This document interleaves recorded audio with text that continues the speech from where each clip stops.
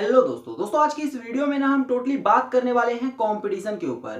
क्योंकि ना मेरा ऐसा मानना है कि बहुत सारे ऐसे स्टूडेंट होते हैं, बहुत सारे ऐसे लोग होते हैं जो अपनी लाइफ में ना सक्सेस इस वजह से नहीं हो पाते हैं क्योंकि एक्चुअल में उनको कंपटीशन से डर लगता है। उनको लगता है ना कि कंपटीशन इतना ज़्यादा है कि सक्सेसफुल हो पाना इम्पॉसिबल है आज के टाइम पर। लेकिन इस वीडियो को अंत तक देखिएगा। अगर आपको कॉम्पिटिशन से डर लगता है तो विश्वास करिए, आज आपका कॉम्पिटिशन का डर पूरी तरह से खत्म हो जाएगा। देखो, कॉम्पिटिशन की शुरुआत कहाँ से होती है? जब भी हम किसी भी चीज की तैयारी कर रहे होते हैं, मान लीजिए कि किसी को स्पोर्ट्समैन क्रिकेटर बनना है, या फिर किसी को आईएएस आईपीएस अधिकारी बनना है, किसी को डॉक्टर इंजीनियर बनना है। शुरुआत में वो किसी को देख करके मोटिवेट होते हैं और इस वजह से वो अपनी फील्ड में आगे बढ़ने की कोशिश करते हैं। लेकिन जैसे जैसे उनको जानकारी मिलती है तो उनको पता चलता है कि उस फील्ड में उनसे भी बेहतर बहुत सारे लोग ऑलरेडी प्रयास कर रहे हैं। और ये जब उनको पता चलता है तो वो डीमोटिवेट होना चालू हो जाते हैं, क्योंकि उनको लगता है कि इतने सारे लोग कामयाबी के लिए मेहनत कर रहे हैं, वो सक्सेसफुल नहीं हो पा रहे, तो हम किस खेत की मूली हैं, क्या हम सक्सेसफुल हो पाएंगे? और इसी वजह से उनके मन में कंपटीशन का डर बैठ जाता है। ये बिल्कुल फैक्ट बात है, आप जानते होंगे।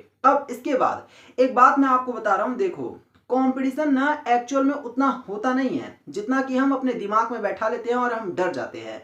एक बात सुनना मेरी, मान लो किसी फील्ड में बहुत ज्यादा कंपटीशन है, मान लो किसी फील्ड में बहुत ही ज्यादा कंपटीशन है, एक्सट्रीम लेवल का। मान लो कि 10 नौकरी को पाने के लिए 1 लाख लोग कोशिश कर रहे हैं, यानी कि बहुत ही ज्यादा कंपटीशन है। अब मुझे एक बात बताना कि क्या आपने जब उस जॉब को पाने के लिए तैयारी शुरू की थी तो आपको ये बातें पता नहीं थी क्या? अगर नहीं पता थी तो चलो मान लो अब आपको पता चला है, उसके बाद आपके पास क्या ऑप्शन बचा कि आप उस जॉब को अभी भी पाना है अगर आपको, तो आप अपना 100% दो ना।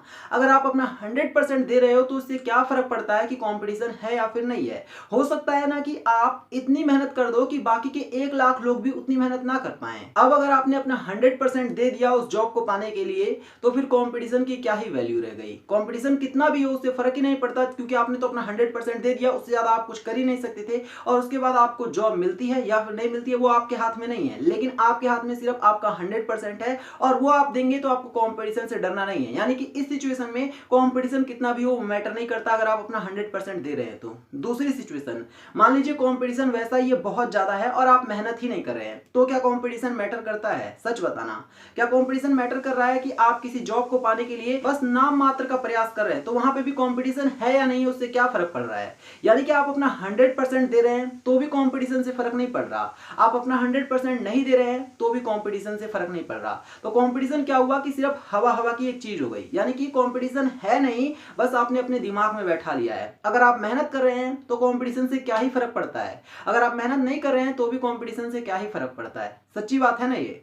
तो फिर कंपटीशन से डरना क्यों? बहुत सारे ऐसे लोगों को मैंने देखा है जो ये कहते हैं कि आज के टाइम पर इतना कंपटीशन है, कंपटीशन का टाइम है कि सक्सेसफुल हो पाना लगभग इम्पॉसिबल है। अगर आप ये बात अपने मन में बैठा लेंगे तो एक बात बताओ कि आप उसके सिवाय करोगे क्या? क्या बेहतर है कि आप किसी की पूरी जिंदगी गुलामी करो, वो बेहतर है, या फिर किसी कंपटीशन में कूदकर नंबर 1 बनकर और वहां से अपनी लाइफ को हमेशा के लिए बेहतर बना देना, वो बेहतर है? मान लो आप किसी की गुलामी कर रहे हैं 10 साल, वो बेहतर है, या फिर आप किसी कंपटीशन में 5 साल अपना 100% देकर 4 बार फेल होते हैं और एक बार सक्सेसफुल होते हैं। उस एक बार के सक्सेसफुल होने से आपकी पूरी जिंदगी बेहतर बन जा रही है। तो वो बेहतर है कि आप कंपटीशन में 5 साल मेहनत करें, या वो बेहतर है कि आप पूरी जिंदगी किसी की गुलामी करें? आप खुद बताना, कंपटीशन में जाना ही आपको बेहतर लग रहा होगा। अब मैं आपको एक एग्जांपल दे रहा हूं। देखो, इंडिया में ना यूपीएससी जो होती है, आईएएस आईपीएस आईएफएस वगैरह, इसके लिए ना बहुत सारे लोग फॉर्म भरते हैं। लेकिन सच बता रहा हूं, सच, मैंने खुद कुछ लोगों को ऐसा देखा है, कल एग्जाम है, भगवान कसम कल एग्जाम है उनका, और आज वो फिल्म देखते हुए पाया गया, मैंने अपनी आंखों से देखा है।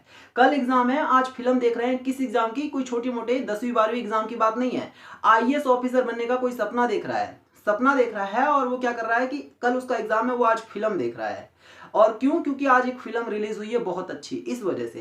क्या वो लड़का कभी आईएएस बनेगा? क्या वो लड़की कभी आईएएस ऑफिसर बन पाएगी?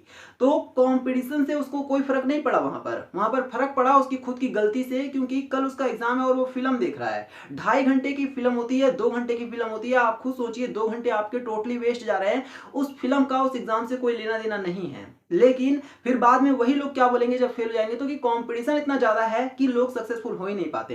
एक्चुअल में अगर 5 लाख लोग अप्लाई करते हैं यूपीएससी के लिए तो 1 लाख लोग तो पेपर देने के लिए जाते हैं, यानी 4 लाख लोग सिर्फ और सिर्फ फॉर्म भरते हैं नाम मात्र के लिए या फिर घर वालों को दिखाने के लिए।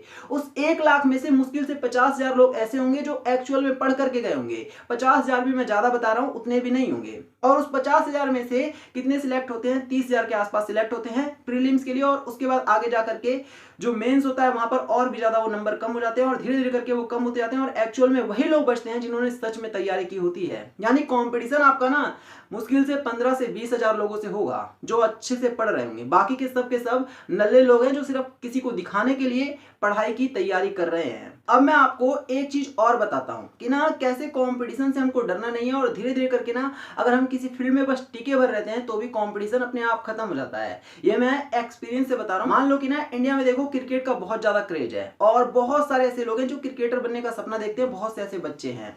अब ना होता क्या है कि टीम इंडिया में सिर्फ 11 बंदे ही एक बार में खेल पाएंगे। टीम इंडिया में 11 बंदे एक बार में खेल पाएंगे, ये बिल्कुल सच है।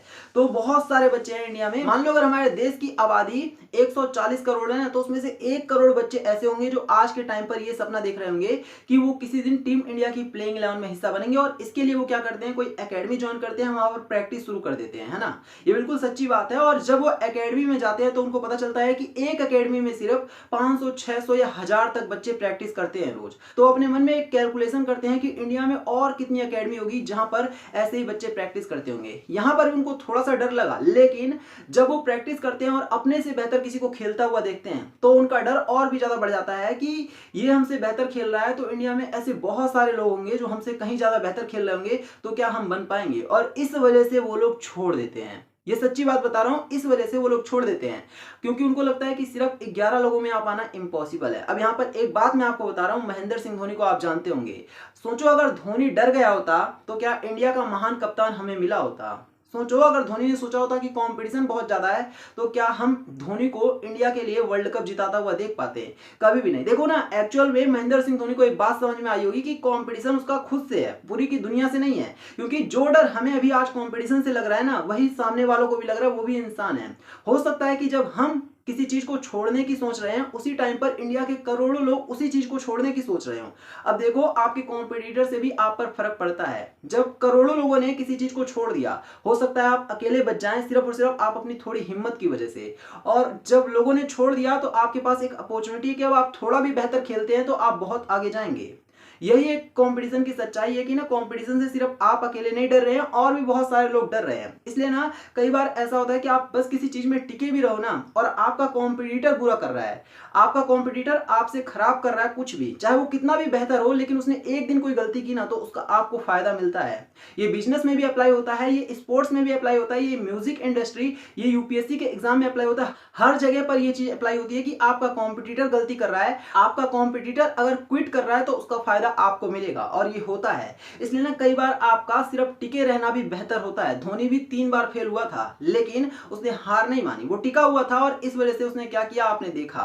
तो ना आप अपनी फील्ड में कंपटीशन से डर करके मत छोड़ो, आप अपने ऊपर काम करो, कंपटीशन को भूल जाओ। कंपटीशन एक्चुअल में होता नहीं है जितना आप अपने दिमाग में बैठा लेते हैं। जितनी शिद्दत से आप अपने गोल को पाने के सिवाय किसी और को काम को करते हैं, खास करके लड़के जो लड़कियों के पीछे शिद्दत से पड़े रहते हैं, विश्वास करिए उतनी ही शिद्दत से जिस दिन आपने अपने गोल को देखना चालू कर दिया, अपने गोल के लिए मेहनत करना चालू कर दिया, उस दिन आपको कामयाब होने से कोई भी नहीं रोक पाएगा, कोई भी। क्योंकि मैक्सिमम जो लड़के होते हैं ना, वो इसी वजह से अपने करियर को बर्बाद कर रहे हैं, क्योंकि वो किसी एक लड़की के चक्कर में पड़े हुए हैं और उनको लगता है कि बस वो मिल गई तो जन्नत मिल गई। विश्वास करिए कि उसे पाने के बाद भी ना आप दर दर की ठोकरें खाएंगे। अगर एक लड़की को पाने के बाद आप पूरी जिंदगी किसी कंपनी में जाकर गुलामी कर रहे हैं तो वो सही है क्या? या फिर किसी 10 लड़की को छोड़कर और आप अपने करियर के बादशाह बन जाते हैं। आप इतना पैसा कमाते हैं, इतना पैसा कमाते हैं, इतना नाम कमाते हैं कि आप जो चीज चाहें मिनट से पहले खरीद सकते हैं। वो बेहतर है या फिर किसी एक लड़की को पाकर पूरी जिंदगी गुलामी करना? ये बहुत ही इंपॉर्टेंट बात बता रहा हूं कि अगर आपको करियर बनाना है ना,